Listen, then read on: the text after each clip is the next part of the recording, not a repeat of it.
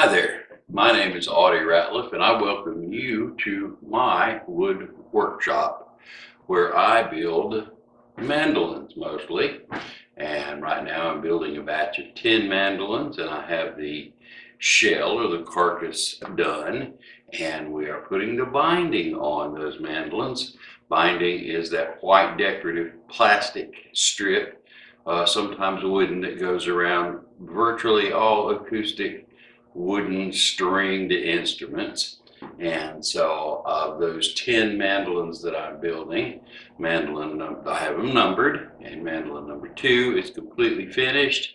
It has the binding glued on and is all cleaned up and ready for the next step, which is putting the neck in. Mandolin number 1, as of Monday morning here, lacks one piece of binding to be glued on, and then one of the extra, I made 2 extra in this batch. One of the extras has all of the binding put on, and it just needs to be sanded down and cleaned up and ready for its neck as well. And so that's going to be what I am involved in all week, is putting binding on mandolins. And I invite you to spend the next few minutes of your time with me, and I will highlight my week as we go about it. And so let's get to it. Let me share this little tool with you right here. I am going to be cutting the bottom of the slot in the scroll here. So I've ground, this is actually just a 1/4 inch chisel that I've ground down this way.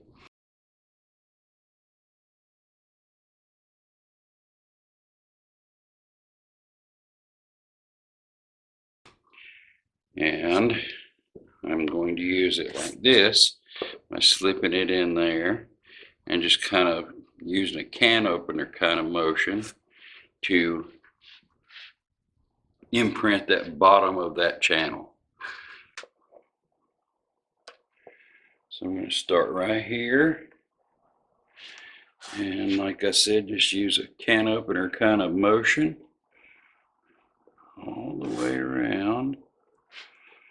I'll have to move the camera before I can get the whole thing done.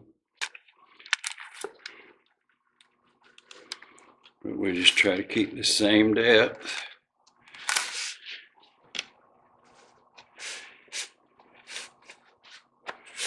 Work our way all the way around. Work our way back out. So now, at least the level, the bottom, the farthest down that I want that binding to go, that has a ledge cut right in there. And so now what we have to do is just profile the outside, cut that excess out, and then we can fit the binding down in the slot. Hey, let me make a comment on a comment from last week's video. I usually turn off the radio and everything whenever I'm getting ready to shoot a clip, because I have a lot of noise pollution in this shop anyway. I'm right next to the main street in town, and so I like to get the sound as clean as possible, so I make sure that all the radios and stuff are turned off in the shop. And I didn't do that on a couple of the clips from last week's video, and we had a little bit of Christmas music creep in, and this man had commented that he was wondering what I listened to around the shop. And I got to thinking about that comment, and I realized that I don't really listen to any one genre in particular. I listen to all kinds of stuff, big bands from the 30s and the Andrews Sisters from the 40s, and country and rock and roll from the 50s and the 60s, and I listen to all kinds of stuff.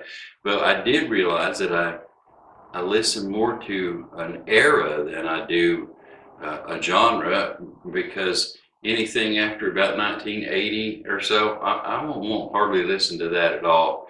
And I think the reason is that I've been in the recording studio so much since the digital age has hit, and you have recording programs like Pro Tools and Pitch Fix and all that kind of stuff, that I realize you can take some pretty bad music and make it sound pretty good by digital magic, so to speak. And I just hardly can't bring myself to listen to anything modern at all. So I do kind of tend to listen to 70s, 60s, 50s, 40s, and 30s. And so I just thought and it really doesn't matter what I listen to, because I'm aware that at least I'm listening to honest music. When they turn Patsy Cline loose in the studio, they give her a microphone, and that's what you're hearing, what she did, not something that was fixed digitally. So that's kind of my take on that. I listen to about anything, just nothing from about 1980 on.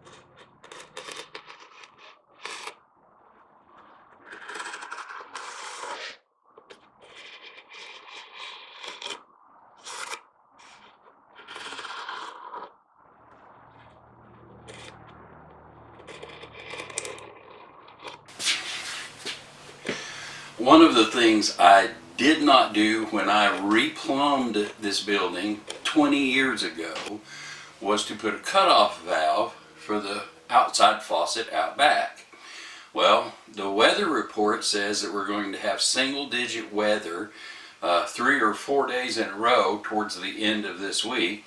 And so I thought maybe it'd be a good time to put a cutoff valve and shut off the water to the spigot out back. And so this morning, it's almost lunchtime, and I've spent all day digging out the plumbing supplies and putting in a cutoff valve for that water spigot out back. So it's taken up most of the morning. In fact, it's taken up all of the morning. But now it's time to go do mandolin stuff.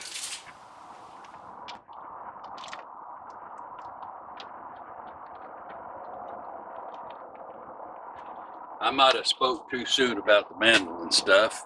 I'd forgotten that I have to stock up the firewood in the shop.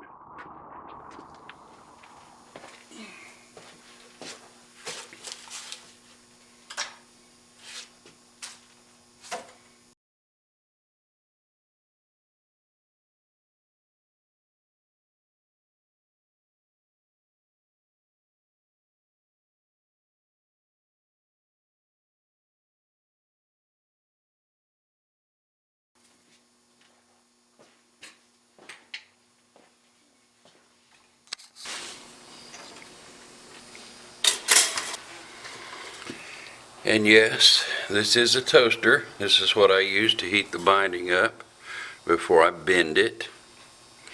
And I'm bending this inside the scroll piece on mandolin number 5 right now.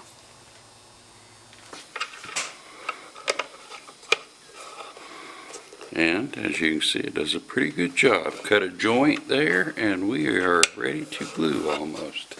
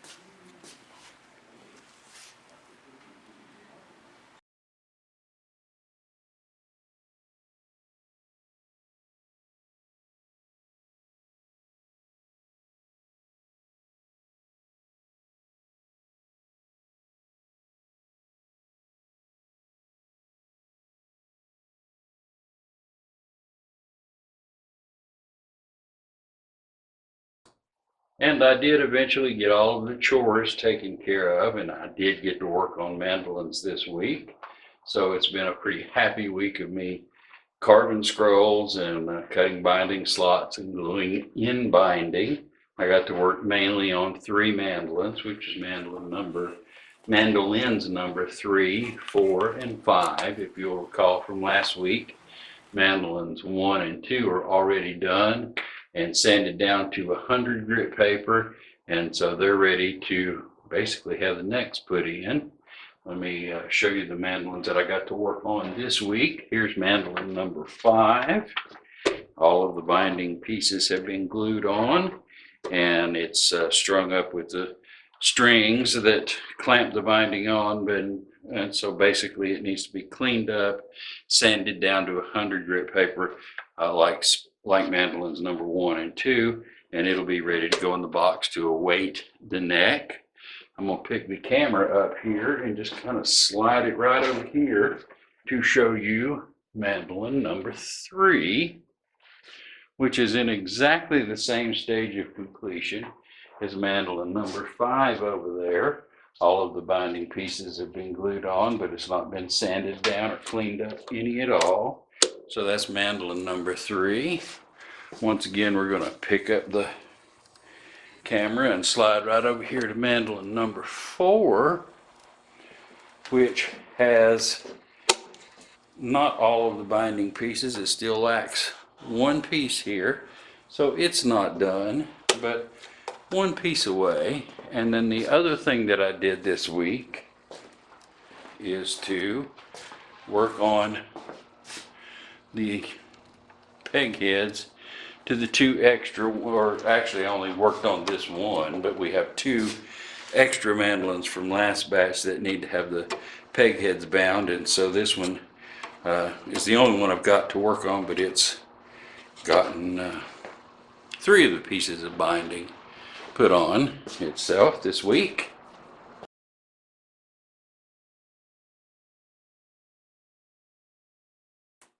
Okay, let's talk for a minute about the weather that they were predicting earlier this week. As you can see, that sunset that you're looking at was from Thursday evening. Just a beautiful colors and rich purples and oranges and stuff. And moderate temperatures, not too bad, up in the 50s, I think. And when we got up this morning, Friday morning, by golly, it was about 5 degrees, and I think the high has been 11 degrees above zero today. So it's just that weather is here, and it's supposed to be here for the next 2 or 3 days. We're going to have very, very low temperatures, and so it's going to be weather-wise a miserable weekend. But speaking of the weekend, this is Christmas weekend of 2022. Sunday is going to be Christmas Day, and when I normally post the videos is on Saturday evening around 6, and that's going to be Christmas Eve. So some of you folks are going to be watching this video either on Christmas Eve or Christmas Day, and so I'd like to wish you a very Merry Christmas and a happy holiday, and I hope you have a wonderful time with your family and friends, and we're planning on going to visit family on Christmas Day ourselves. So again, Merry Christmas, and I certainly hope to see you next week on the next episode of the Ratliff Mandolins Weekly Production Diary. We'll see you then.